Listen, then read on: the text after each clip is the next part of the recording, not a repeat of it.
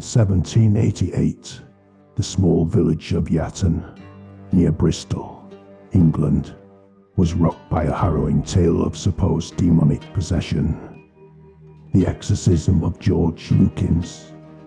At just 14 years old, George began to experience bizarre and terrifying behavior, including convulsions, uncontrollable screaming, and speaking in languages he had never learned.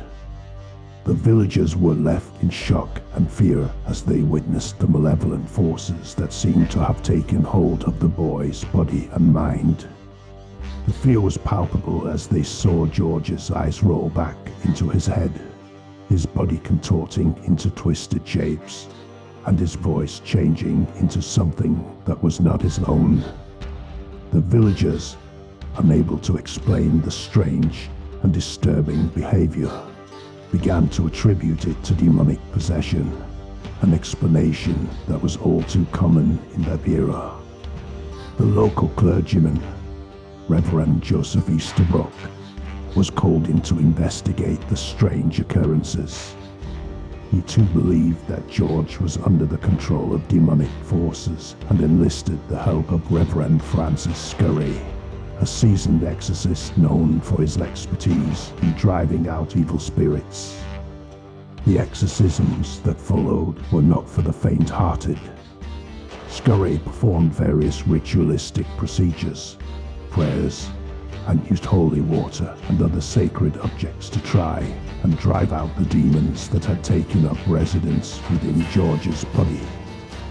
The exorcisms lasted for weeks, and the entire village was on edge as they watched the battle between good and evil play out before their eyes. But the demons were not so easily defeated. During the exorcisms, George reportedly exhibited violent reactions, screaming, thrashing about, and speaking in a guttural voice that was not his own. Witnesses claimed that he spoke in languages that he had never learned and uttered blasphemous statements. It was as if the very forces of hell were fighting to retain control over the boy.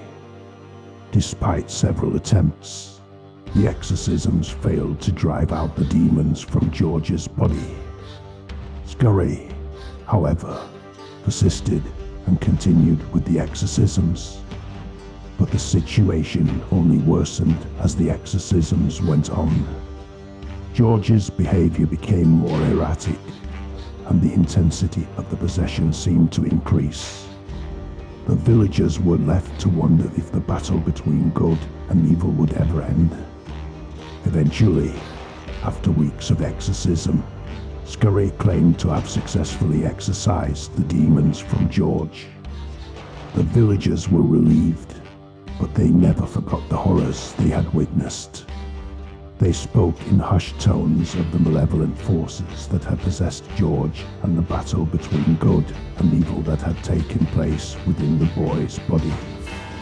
To this day, the case of George Lukins remains one of the most chilling cases of exorcism in history, leaving us to wonder what other dark forces might lurk beneath the surface of our world.